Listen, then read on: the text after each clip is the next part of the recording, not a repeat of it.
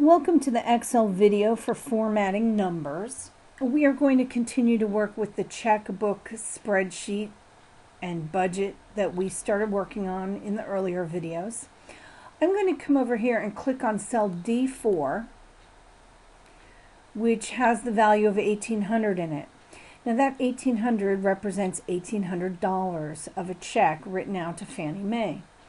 So if we want to show this as a dollar amount, the simplest way to do it is from your Home tab on this menu ribbon is a selection called Number.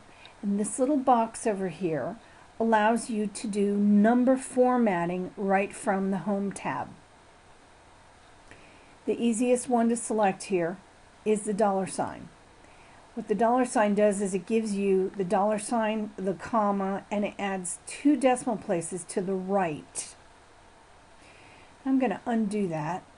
This is the undo button up here right above the Home tab, by the way. If you want to see this built one thing at a time, I can also come up here and add a comma.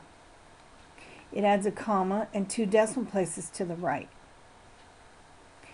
I can also come in here and use these tabs to increase decimal places and decrease them. If I click on this twice, 1, 2, it gives you 2 decimal places. If I come over here to the decrease decimal and click on this twice, it removes the decimal places. I can also format a percent style. So if I want these numbers to be currency with 2 decimal places, the quickest thing to do is come in here and click on the dollar sign. There are other ways to format numbers that this is definitely the shortcut to it. But over here to the right of the word number is this little box that lets you bring up the format cells number option. I'm going to click on this and it brings up the Format Cells menu system, and it lets you see General, which is the default of all cells in an Excel spreadsheet, and it treats everything like it's text. You can also select Number and increase or decrease decimal places. You can add a comma to separate out numbers, and when you want it show a negative number, you can use the negative sign.